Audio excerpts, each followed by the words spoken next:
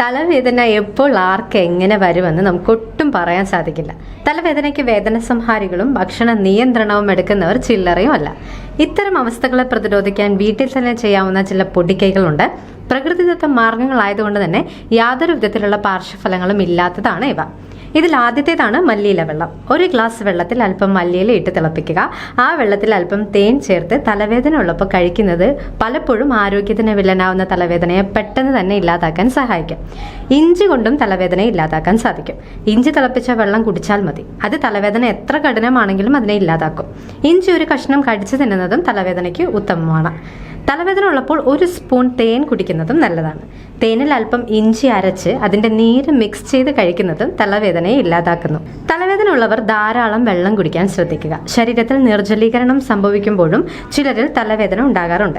അതുകൊണ്ട് ദിവസവും ആവശ്യത്തിനുള്ള വെള്ളം കുടിക്കുന്നുണ്ടെന്ന് ഉറപ്പാക്കുക.